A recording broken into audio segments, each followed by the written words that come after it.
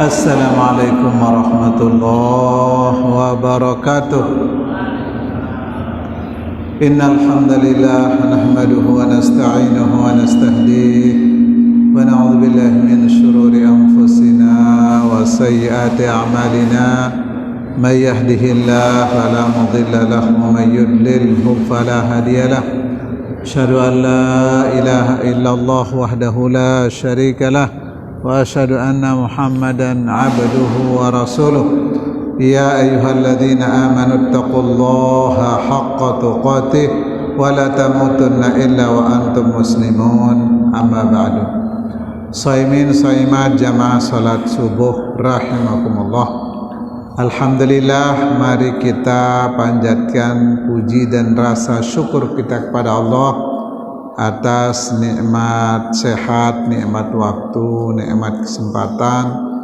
Mudah-mudahan kita semua termasuk orang-orang yang tidak merugi memanfaatkan kesehatan, waktu dan kesempatan yang telah dianugerahkan Allah kepada kita. Lawat dan salam kepada Nabi kita Muhammad sallallahu alaihi wasallam, semua keluarga dan sahabat-sahabatnya, dan mudah-mudahan kita semua dapat mengikuti perintah-perintahnya agar kelak kita bisa bersama beliau Nabi kita Muhammad sallallahu alaihi wasallam. Bapak Ibu jamaah salat subuh rahimakumullah, pagi hari ini kita akan sama-sama bahas tentang al-i'tikaf, yaitu khusus berkenaan dengan i'tikaf. Bagaimana seharusnya kita berada di masjid ketika i'tikaf. Dan pembahasan ini kita akan persingkat karena ini pengajian kita terakhir di bulan suci Ramadan ini, dan nanti setelah Ramadan kita akan lanjutkan kembali sesuai arahan takmir masjid. Bapak-bapak, ibu-ibu rahimakumullah, kalau kita lihat i'tikaf definisinya menurut bahasa adalah luzumus syai' wa habsun nafsi alaih. Jadi menetap pada sesuatu tempat dan mengurung diri di tempat itu. Ini menurut bahasa. Kemudian menurut istilah, i'tikaf itu adalah luzumul masjid taqarruban ilallah subhanahu wa ta'ala.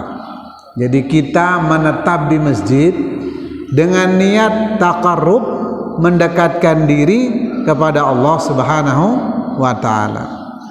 Adapun syariatnya, i'tikaf ini sepakat para ulama bahwa i'tikaf ini sangat disyariatkan untuk dilakukan. Kenapa Bapak Ibu? Karena Nabi sallallahu alaihi wasallam ya'takifu fi kulli Ramadan 10 ayyam. Karena Nabi kita Muhammad sallallahu alaihi wasallam beliau beriktikaf 10 hari di setiap bulan suci Ramadan. Falamma kana al-'aam alladhi qubida fihi i'takafa 20 yawman. Nah, di tahun meninggalnya Nabi sallallahu alaihi wasallam itu beliau beriktikaf 20 hari. Biasanya setiap bulan suci Ramadan beliau iktikaf 10 hari, tapi begitu tahun meninggalnya beliau atau tahun wafatnya beliau beriktikaf 20 hari. Kemudian apa saja bagian-bagian i'tikaf, atau i'tikaf ini dibagi menjadi berapa bagian? Kata para ulama, i'tikaf ini dibagi menjadi i'tikaf sunnah, dan yang kedua adalah i'tikaf wajib. I'tikaf sunnah adalah i'tikaf yang diniatkan oleh seseorang baik di bulan suci Ramadan maupun di luar bulan suci Ramadan. Nah, kalau kita i'tikaf sunnah, maka kapan saja kita masuk berniat i'tikaf, maka dapat pahalanya. Demikian juga kalau kita keluar, kapan saja kita keluar, tidak ada masalah. Dan ketika kita masuk kembali ke masjid, kita berniat i'tikaf. Nah, adapun i'tikaf wajib, Bapak Ibu-ibu, kalau i'tikaf wajib ini wajib kita laksanakan sesuai yang kita nazarkan. Misalnya, kalau saya nanti lulus S2 dengan nilai excellent cum laude, maka saya akan i'tikaf 2 hari 2 malam. Jadi wajib dibayar 2 hari 2 malam. Ini kalau wajib. Bagaimana kalau hanya semalam? Batal i'tikafnya, harus 2 hari 2 malam. Apalagi dia mengatakan berturut-turut. Maka kalau hanya 1 malam, batal i'tikafnya dan wajib lagi mengulangi atau mengqadha'nya.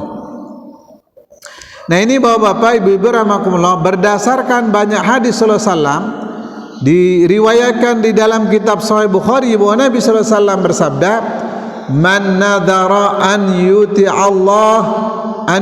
Allah falyuti'hu."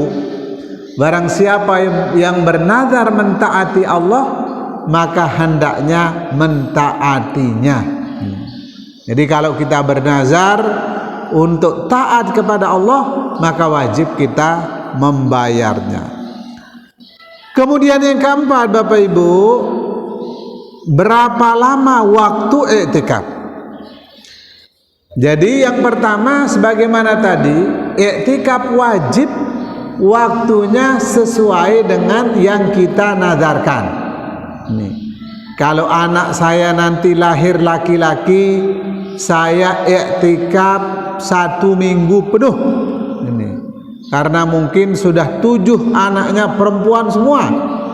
Nah, yang ke-8 ini kalau laki, saya akan beriktikaf di masjid selama 10 hari 10 malam sebagai ungkapan rasa syukur saya kepada Allah. Maka wajib dia bayar selama 10 hari dan 10 malam.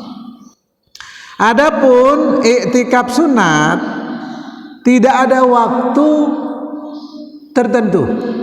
Jadi kapan kita niat masuk masjid, maka kita mendapat pahala. Termasuk keberadaan kita sekarang sambil menuntut ilmu, ini sudah dianggap dihitung iktikaf oleh para ulama.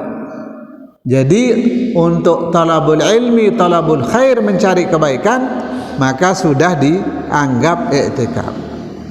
Jadi kalau iktikaf sunat itu, begitu kita datang ke masjid, kemudian niat iktikaf, sudah dapat pahalanya. Karena Bapak Ibu, ada orang masuk masjid bukan niat iktikaf, tapi ingin istirahat. Karena di masjid adem, ada kipasnya. Biasanya di tempat saya walaupun tidak ada kipas, tapi tempatnya agak tinggi, kemudian di masjid luas sehingga anginnya bertiup keras. Jadi orang-orang yang puasa kalau selesai sholat zuhur, mereka tidak pulang laki perempuan, tapi mereka istirahat di masjid ini karena nyaman. Jadi kalau itu niatnya istirahat di masjid, berarti tidak dapat pahala karena tidak berniat iktikaf. Nah, dari Abi Ya'la, dari Ibnu Umayyah qala, inni la'atakifu fil masjid sa'atan ma amkuthu illa li'atakif. Gitu. Jadi saya tinggal di masjid beberapa waktu, beberapa saat, itu saya tidak tinggal, hanya ingin untuk iktikaf. Jadi dia ke masjid bukan untuk yang lainnya, tapi untuk iktikaf. Bahkan Imam Atta mengatakan, huwa i'tikafun ma makatha fil masjid. Jadi selama orang tinggal di masjid, dengan niat i'tikaf, berarti dia sudah mendapatkan pahala i'tikaf. Jadi kapan saja dia masuk karena dia sunat, kapan saja dia keluar boleh. Tapi kalau masuk lagi maka harus berniat lagi. Nah ini bapak-bapak, ibu-ibu terkait dengan i'tikaf sunat. Kemudian yang berikutnya syarat-syaratnya, fil mu'takifi an yakuna musliman. Syaratnya harus orang Islam. Kenapa? Karena orang kafir tidak sah beribadah. Maka kalau i'tikaf tidak sah i'tikafnya. Kemudian mumayyizan tahiran minal janabah. Mumayyiz itu ya ukurannya 7 tahun, 9 tahun, 10 tahun, itu yang sudah bisa membedakan mana yang baik, mana yang tidak baik. Kemudian suci dari haid dan nifas. Jadi kalau orang haid sebelumnya suci kemudian sedang i'tikaf, haid atau nifas melahirkan, maka batal i'tikafnya, harus keluar dari masjid. Nah, kemudian termasuk juga junub ya. Ini kalau junub maka rusak i'tikafnya. Dan kalau kembali harus berniat lagi. Nah, kemudian selanjutnya Bapak Ibu-ibu, rukun i'tikaf, haqiqatul i'tikaf al-mukthu fil masjid niyatut taqarrub ila Allah taala. Jadi syaratnya itu, rukunnya adalah diam di masjid ini. Jadi kalau di luar masjid Bapak Ibu tidak sah i'tikafnya. Misalnya di rumah terus dia mengatakan jangan ganggu saya lagi i'tikaf ini. Tidak bisa. Termasuk ibu-ibu tidak boleh i'tikaf di rumah. Ini harus hadir di masjid. Ini syaratnya. Kemudian yang kedua niat ya. Jadi pertama rukunnya tinggal di masjid, kemudian yang kedua niat. Nah, sebagaimana firman Allah, wa ma umiru illa liya'budullaha mukhlishina lahuddin hunafa. Yang berikutnya yang ketujuh, pendapat para ulama masjid-masjid yang boleh kita i'tikaf. Itu masjid apa saja? Berselisih pendapat ulama, berbeda pendapat mereka tentang masjid yang sah untuk kita i'tikaf. Fadhaba Abu Hanifah wa Ahmad wa Ishaq wa Abu Thawr ila annahu yasihhu fi kulli masjidin yusalla fiha salawatul khams wa tuqamu fihi al-jamaah.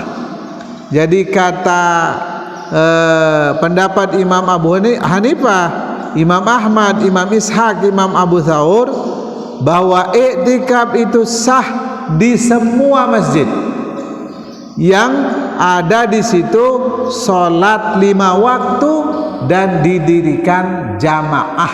Ini berarti musola juga sah. Ini menurut pendapat sebagian ulama. Kenapa Bapak Ibu-ibu? Karena ada riwayat Nabi SAW bersabda, kullu masjidin lahu muadzinun wa imam. Setiap masjid yang ada muazzin dan imamnya, fal i'tikafu fihi yasluh. Jadi i'tikaf di situ boleh. Itu setiap masjid yang ada imam dan ada muazzinnya. Nah, ini hadis diriwayatkan oleh Imam Daruqutni, tapi kata para ulama hadis ini dhaif, la yuhtajju bihi, tidak bisa dipakai menjadi hujah atau dalil tentang kebolehan i'tikaf di semua masjid. Wa dhahaba Malik wa Syafi'i wa Dawud ila annahu yasih fi kulli masjidin li'annahu lam yasih fi takhsisi ba'dil masajid syai'un sarih. Ini kata Imam Syafi'i, Imam Maliki dan Imam Daud, sah di semua masjid. Tidak disyaratkan di situ ada jamaah, tidak disyaratkan ada situ sholat 5 waktu tiap hari, tidak disyaratkan. Yang penting semua yang diniatkan menjadi masjid maka boleh. Kata Imam Syafi'i, Imam Malik, Imam Daud. Dan tidak boleh mengkhususkan harus masjid yang ada jamaahnya, harus masjid yang ada ininya. Itu kata beliau. Akan tetapi kata Imam Syafi'i, pengikut Syafi'i, wal afdal an yakuna al-i'tikaf fil masjidil jami'.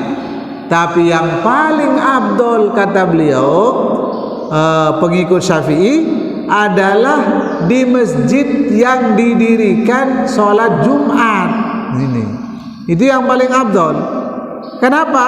Supaya orang-orang yang sedang iktikaf pada hari Jumat tidak keluar mencari masjid. Ini. Jadi yang paling bagus kata mereka adalah beriktikaf di masjid yang ada Jumatannya. Kemudian yang berikutnya, Bapak Ibu rahimakumullah, saumul mu'takif. Apakah iktikaf itu disyaratkan berpuasa atau tidak? Kalau di luar Ramadan. Tapi kalau di bulan suci Ramadan ya wajib. Tapi kalau malam ya tidak disyaratkan ya, karena tidak wajib kita puasa di malam hari. Jadi kata para ulama, al-mu'takifu in shoma fahasan. Jadi orang yang mau iktikaf di luar Ramadan, kalau dia puasa bagus. Tapi kalau tidak puasa tidak apa-apa di luar Ramadan. Tapi kalau di bulan suci Ramadan tentu sudah wajib berpuasa ketika orang-orang mau beriktikaf. Nah, kecuali dia sudah menazarkan tadi itu, menazarkan puasanya.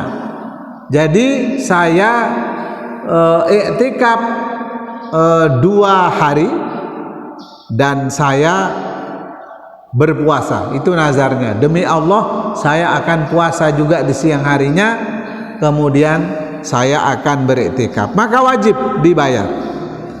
Nah, ini sambil puasa. Tapi kalau tidak, maka boleh dia puasa, boleh juga tidak iktikaf yang dilakukan di luar bulan suci Ramadan. Kemudian yang berikutnya Bapak Ibu, waktu dukhulil mu'takif wal khuruj minhu. Kapan kita masuk dan kapan kita keluar. Jadi taqaddama, sudah berlalu tadi pembahasannya, bahwa jika itu iktikaf sunat maka tidak ada waktu-waktunya. Silahkan mau masuk kapan saja, mau keluar kapan saja. Jadi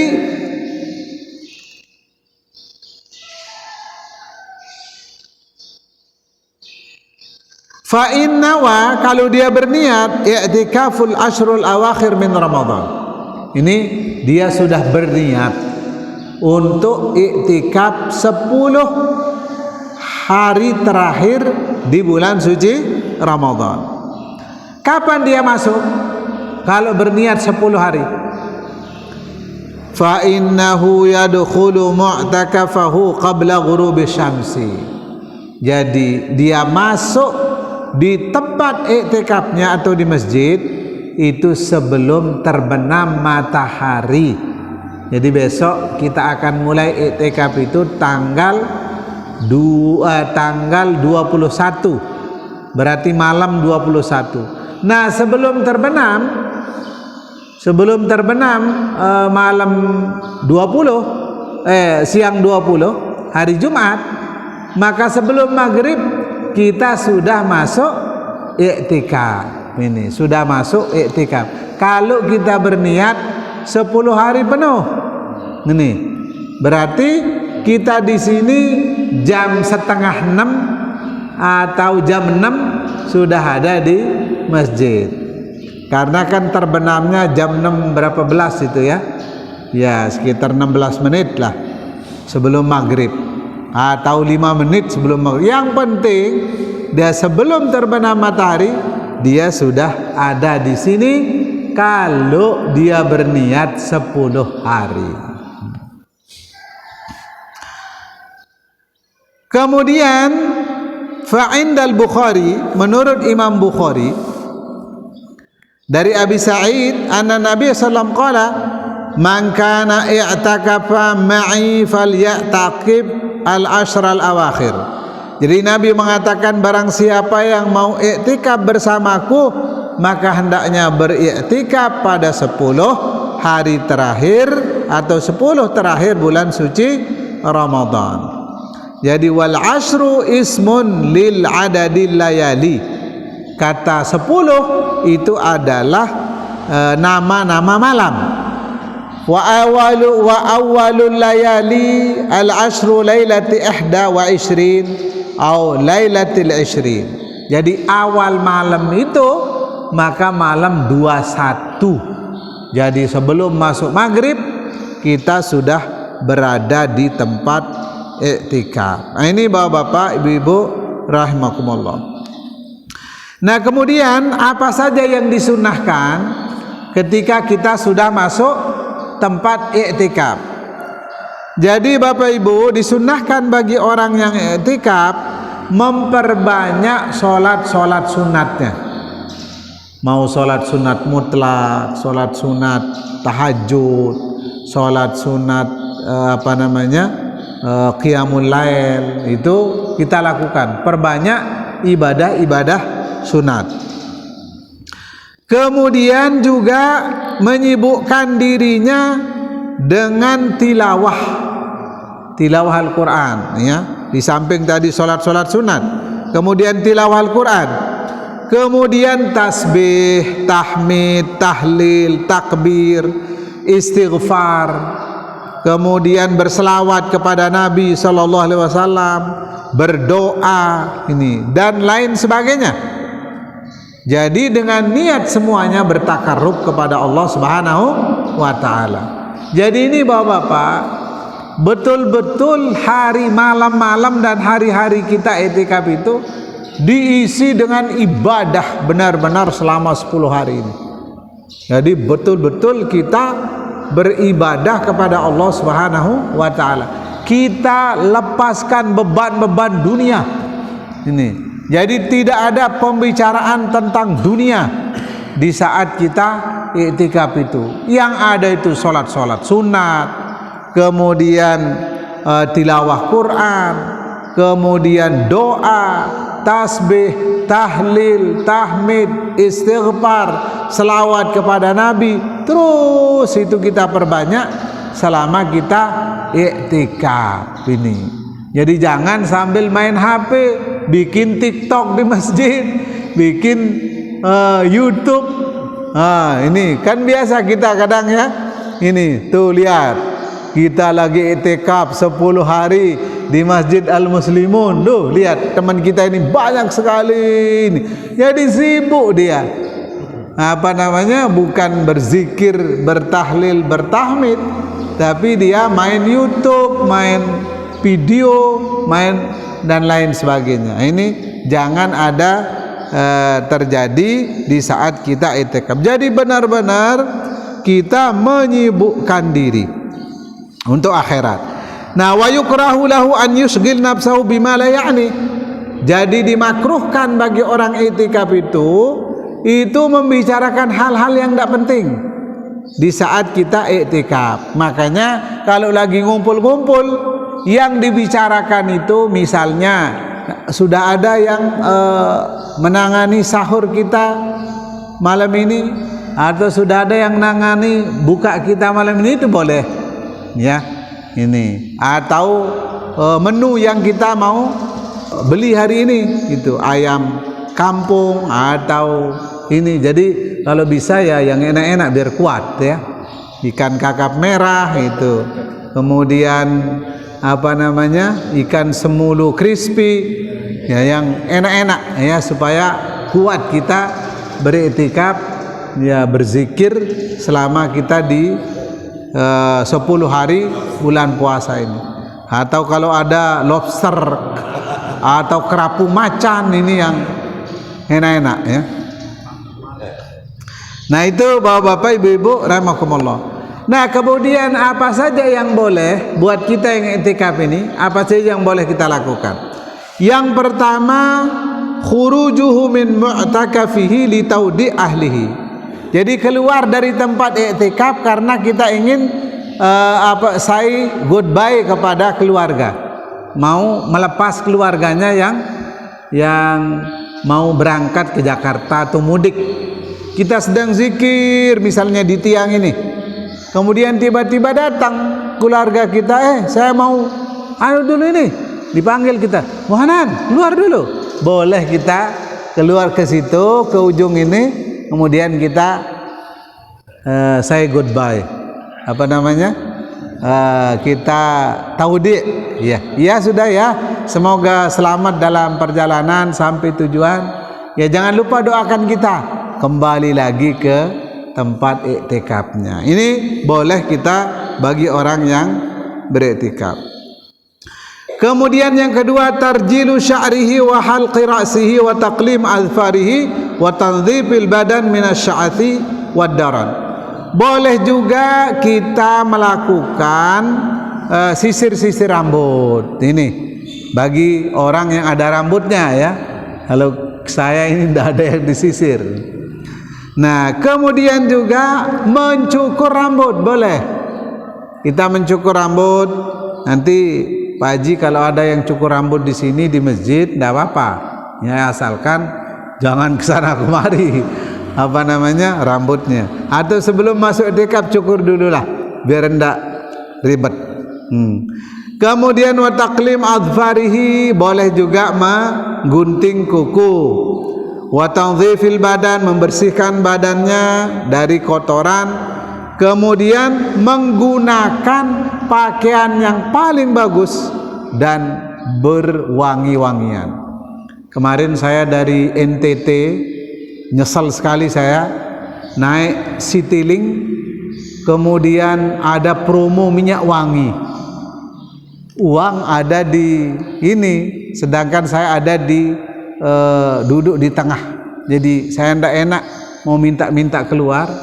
Uang ada di kantong cuma 100.000. Dia bilang promo, masya Allah. Disuruh ngetes kita minyak wangi ini, masya Allah, seger sekali baunya, enak sekali. Karena harganya agak mahal, sekitar 270. Nah ini karena uang saya di atas, tidak jadi saya beli. Tapi begitu turun, nyesal sekali tidak beli. Karena sekali semprot itu 3 hari tidak hilang, kecuali kalau dicuci. Itu harganya jutaan, tapi karena promo di situ, jadi kita dapat yang murah. Nih mudah-mudahan naik lagi nanti ada promo, kita beli. Dan insya Allah kalau minyak wangi bagus bapak-bapak ibu-ibu, semua orang senang, baik laki maupun perempuan. Ini. Tapi kalau tidak bagus kita colet, dicium sama orang, ambun sabun atau sabun apa? Sabun nyong-nyong. Jadi orang tidak suka itu kalau murah. Tapi kalau mahal itu sudah tentu enak dicium oleh semua orang. Manis ini. Dan usahakan jangan beli minyak wangi yang harum makanan ini karena akan mengganggu. Nanti ada minyak wangi bau iya ambun gula atau ambun apa gitu, jangan ya. Jadi minyak wangi yang benar-benar enak dipakai. Nah itu bapak-bapak ibu-ibu Jadi yang boleh itu adalah tadi itu ya, tarjil sya'ri, kemudian tatayyub, wangi-wangian dan lain sebagainya. Nah, kemudian yang berikutnya al-khurud lil hajah. Boleh keluar dari i'tikaf itu yang tidak mungkin tidak keluar. Contoh, untuk buang air kecil, buang air besar, kemudian kalau tidak disiapkan makan, boleh keluar untuk makan. Kemudian boleh keluar untuk mengantar jenazah. Ini karena kan tidak mungkin kita tidak keluar kalau mengantar jenazah. Bahkan boleh juga kita untuk menjenguk orang sakit, tapi jangan duduk. Ini kata para ulama. Kalau kita menjenguk orang sakit, tidak usah sampai duduk. Kemudian kalau kebutuhan sebentar, boleh untuk sahur, untuk berbuka, ini boleh. Kemudian balik lagi langsung, tidak batal iktikafnya. Tapi kalau sudah ada panitia, udah disiapkan di masjid, nah itu bagus.